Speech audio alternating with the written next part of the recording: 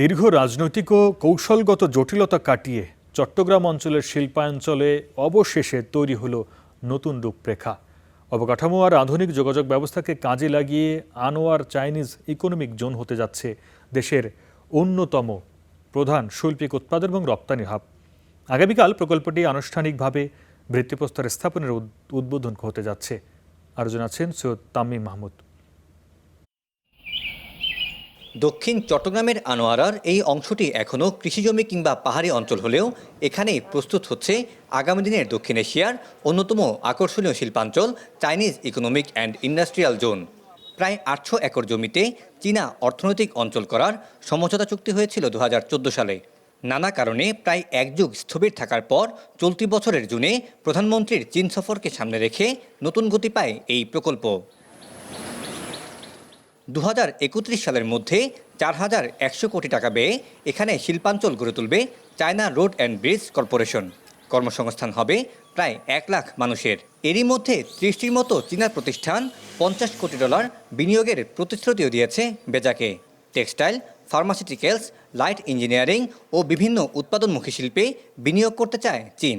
China invest করে, যদি এগুলো ইনভেস্ট করে সেখানে আমাদের নাগরিকদের স্কিল বাড়বে এবং সবচেয়ে বড় কথা যে জব মার্কেটে একটা ভালো একটা সুযোগ তৈরি হবে। চট্টগ্রাম বন্দর, টানেল, বিমানবন্দর ও কর্ণফুলী নদীর খুব কাছেই এই শিল্পাঞ্চলের অবস্থান। বিশেষজ্ঞরা বলছেন, জমি অধিগ্রহণ, পরিবেশগত ছাড়পত্র, গ্যাস ও বিদ্যুৎ সংযোগ, বন্দর সুবিধা ও অর্থায়ন সব মিলিয়ে অনেক প্রকল্প গতি নিয়ে শুরু হলেও পরে স্থবির হয়ে যায়। ইউটিলিটিগুলো যদি প্রোভাইড করতে না পারি, এটার অপারেশন অর্থাৎ কমিশনিং কতটুকু হবে এবং প্রোডাক্টিভিটি কেমন হবে, এটা কিন্তু বিশাল প্রশ্নের বিষয়। তো গভর্নমেন্টের উচিত হচ্ছে এই ক্ষেত্রে আপনার এই সমস্ত ইউটিলিটি অথবা লোকেশন অ্যাডভান্টেজ যা আছে এগুলো এনশিওর করে এই কাজে হাত দেওয়া। চীনা অর্থনৈতিক অঞ্চলে টেক্সটাইল ও কেমিক্যাল হাব গড়ে উঠলে দেশেই মিলবে বিশ্বমানের কাঁচামাল। এই সুযোগ তৈরি হলেও কোন কারখানা স্থাপন হবে সে বিষয়ে সরকারকে সতর্ক থাকার অনুরোধ ব্যবসায়ীদের।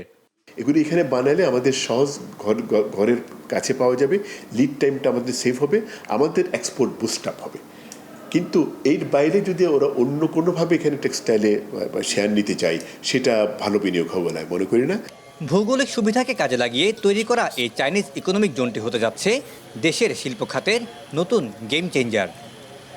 ১ দশকেরও বেশি সময় ধরে নানা প্রশাসনিক এবং বাস্তবায়ন জটিলতায় আটকে ছিল এই অর্থনৈতিক অঞ্চল। অবশেষে সব জটিলতা কাটিয়ে চালু হতে যাচ্ছে চীনা economic zone.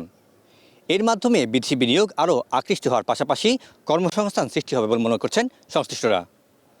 Syed Tamim Mahmud, star news, Chittagong.